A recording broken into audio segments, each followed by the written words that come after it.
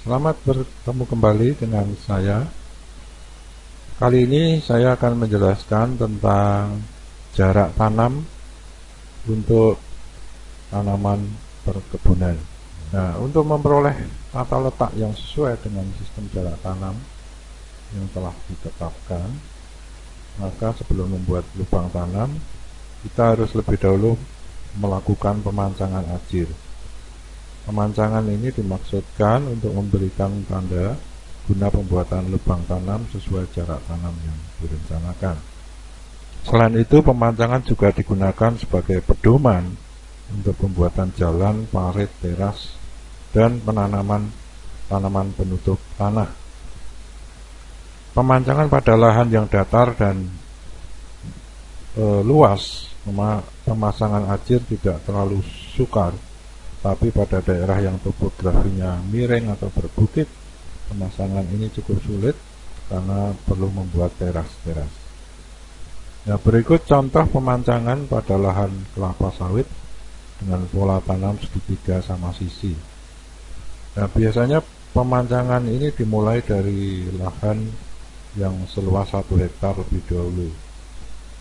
Lalu kita tentukan garis pancang utama sini ya. Lalu garis panjang utama ini biasanya merupakan kelanjutan dari pemancangan sebelumnya. Areal yang akan dipancang dibagi menjadi blok-blok dan diberi tanda sementara pancang sudut. Lalu tentukan jalur pancang kepala dengan sudut yang tepat 90 derajat terhadap garis pancang utama tadi. Nah, garis pancang kepala blok harus sejajar dengan jalan produksi.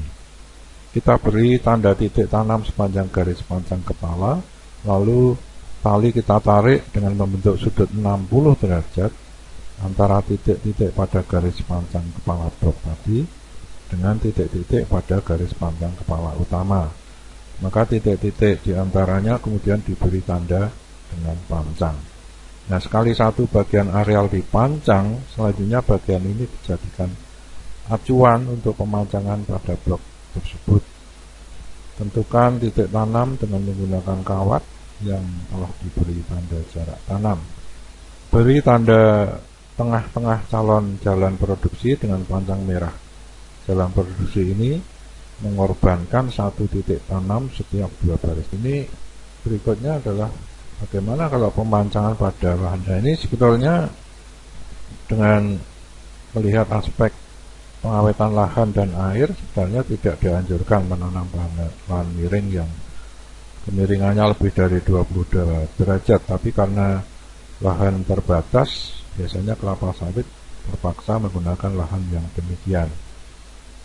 Walaupun pembuatan teras bersambung bisa menyebabkan tingkat kesuburan tanah berkurang, ada beberapa aspek menguntungkan yang harus diperhitungkan dalam membuat teras ya, yaitu bahwa pembuatan teras itu bisa mengurangi bahaya erosi sekaligus mengawetkan air sehingga relatif tersedia bagi tanaman.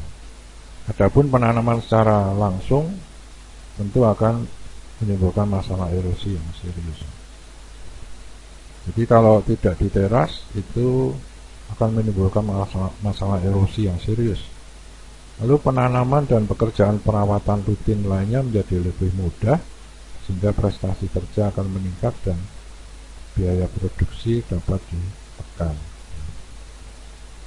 Pada saat tanaman sudah menghasilkan, pekerjaan panen dan mengeluarkan hasil panen dari dalam blok menjadi lebih mudah.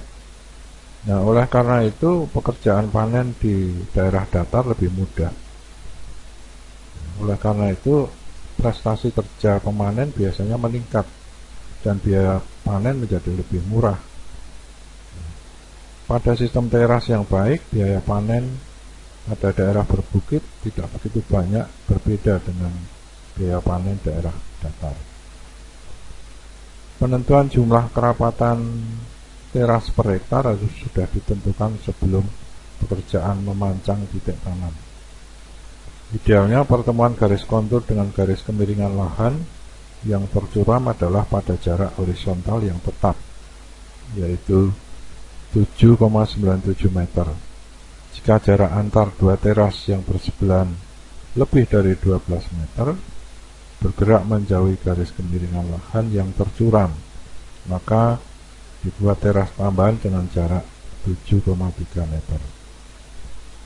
Teras tambahan ini secara teoritis akan terpotong jika kemiringan lahan meningkat dan akan bersatu kembali dengan teras utama.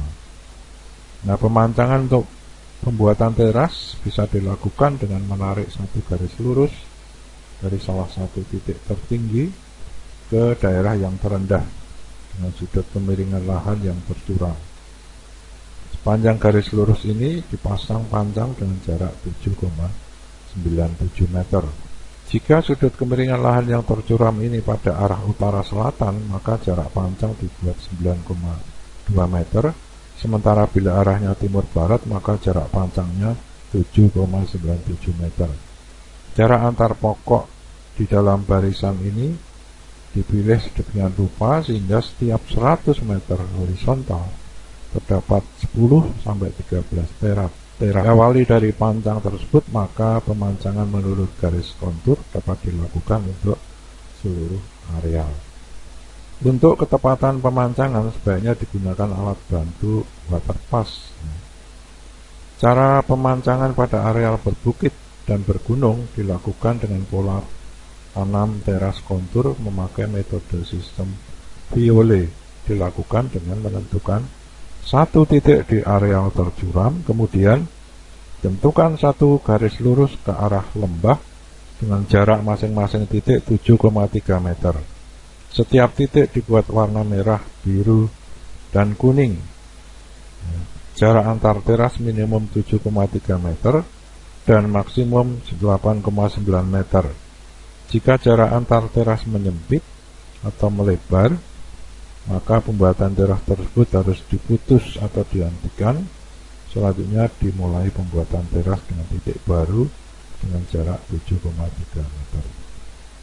Nah, cara yang dilakukan untuk membedakan panjang teras antara satu terasan dengan yang lain adalah dengan membedakan warna pancang yang berbeda, ya, dengan susunan merah, biru, kuning, dan seterusnya. Ini bertujuan agar terhindar kesalahan operator alat berat berpindah dari satu teras ke teras yang lain pada waktu pembuatan teras. Untuk bagian teras di tempat-tempat tertentu yang kurang horizontal harus dibuat benteng penahan atau stop ban melintang dengan ukuran lebar 50 cm dan tinggi 30 cm untuk menahan aliran air dan mencegah erosi sepanjang teras tersebut. Pembuatan teras kontur harus selalu dimulai dari teras yang paling atas, kemudian dilanjutkan pada terasan di bawahnya. Teras kontur dibuat dengan permukaan yang miring ke dinding teras dengan sudut miring 10-15 derajat dan tepat pada pancang tanaman dengan lebar teras sekitar 3-4 meter. Nah, saat pembuatan teras, permukaan tanah dibersihkan dari humus, tunggul-tunggul kayu. Tanah galian disusun untuk tanah bagian yang ditimbun. Setelah terbentuk, diadakan pengerasan hingga padat. Lalu tanah timbunan harus membentuk sudut kemiringan 10-15 derajat ke dinding teras. Dengan menggunakan bulldozer, proses pemadatan dilakukan secara alamiah karena tekanan track link bulldozer sehingga tidak perlu dikeraskan lagi.